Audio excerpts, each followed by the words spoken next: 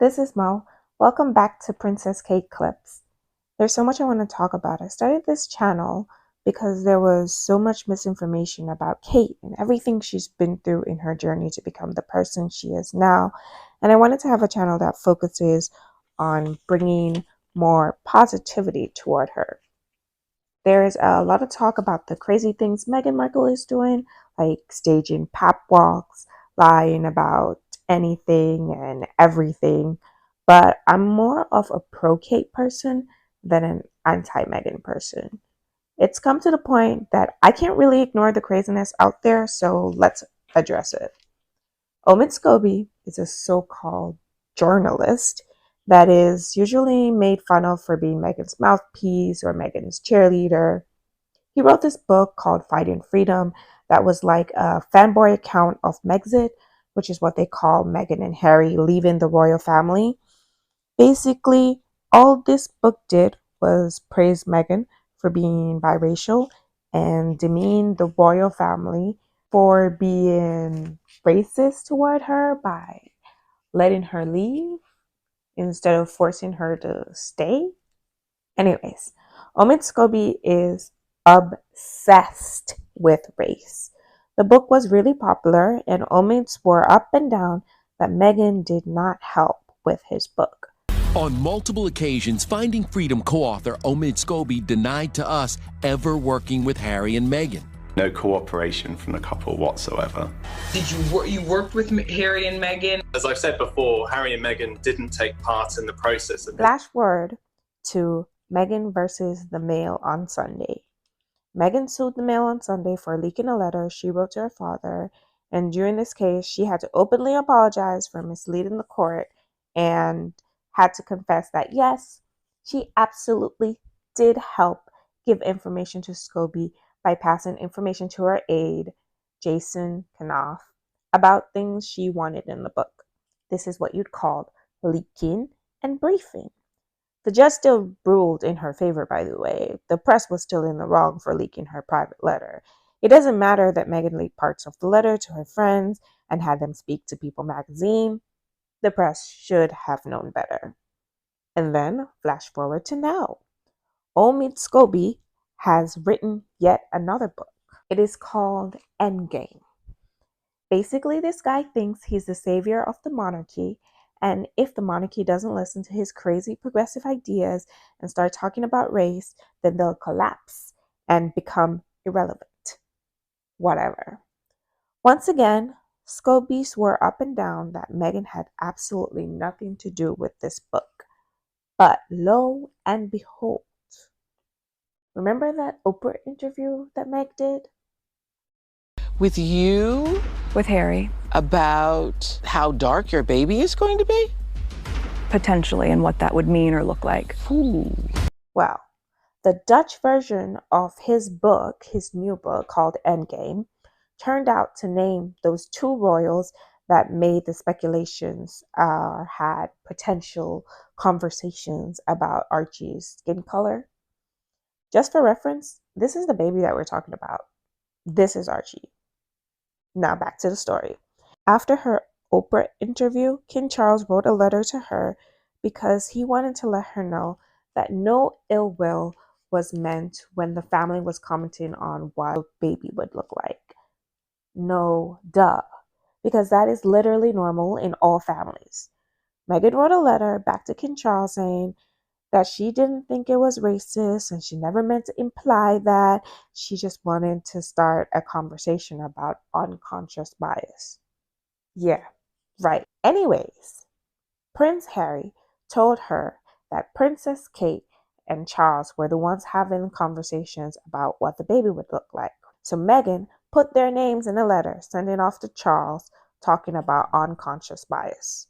Now, these letters somehow made their way to Omid's eyes because those same names appeared in the Dutch version of the book. So basically, the English copy of the book Endgame states he can't name the royals who had conversations about Archie because of legal reasons, but the Dutch version names the two royals.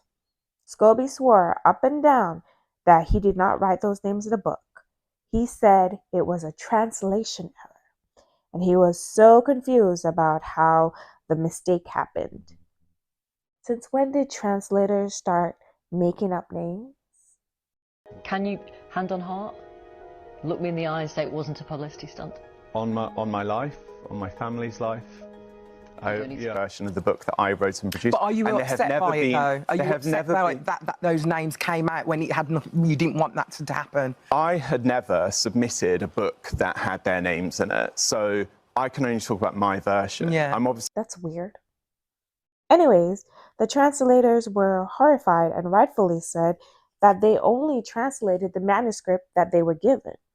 It was then found out that Omid was lying. Obviously. The Dutch copy got pulled from the shelves, fixed, and had to be reprinted due to his mistake.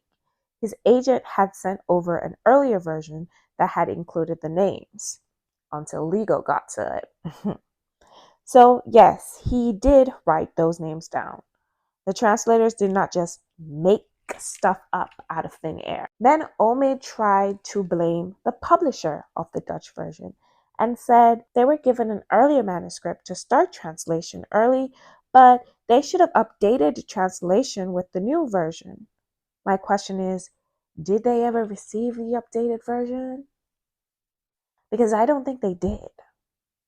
The publisher then released a statement saying, "We do not recognize ourselves in the story Omid is saying," aka recollections may vary.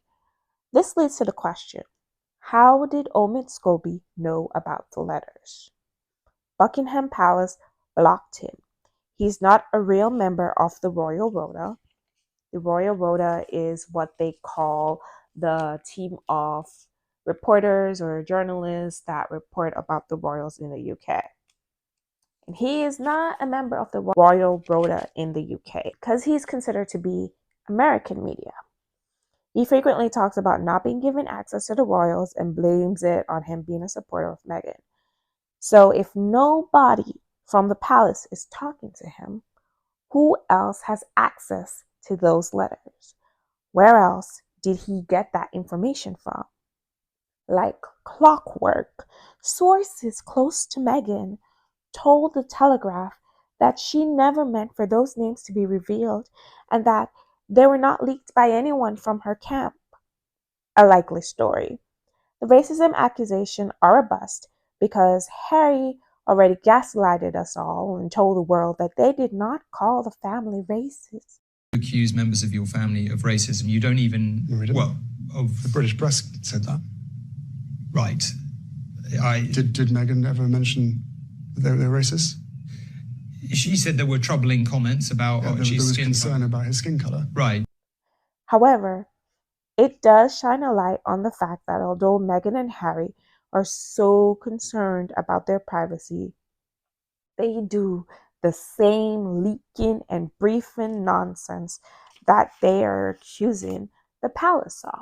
Further evidence of Meghan and Harry leaking and briefing is when a source close to the Sussexes said they'd be open for a Christmas invite and that Harry and Meghan called Charles and the king sang for King Charles in a video for his birthday.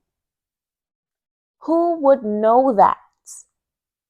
When approached for comment, palace sources, which is probably like Buckingham Palace, said they think it's hypocritical for Meghan and Harry to leak private conversations. Nobody is fooled anymore. We see you, girl.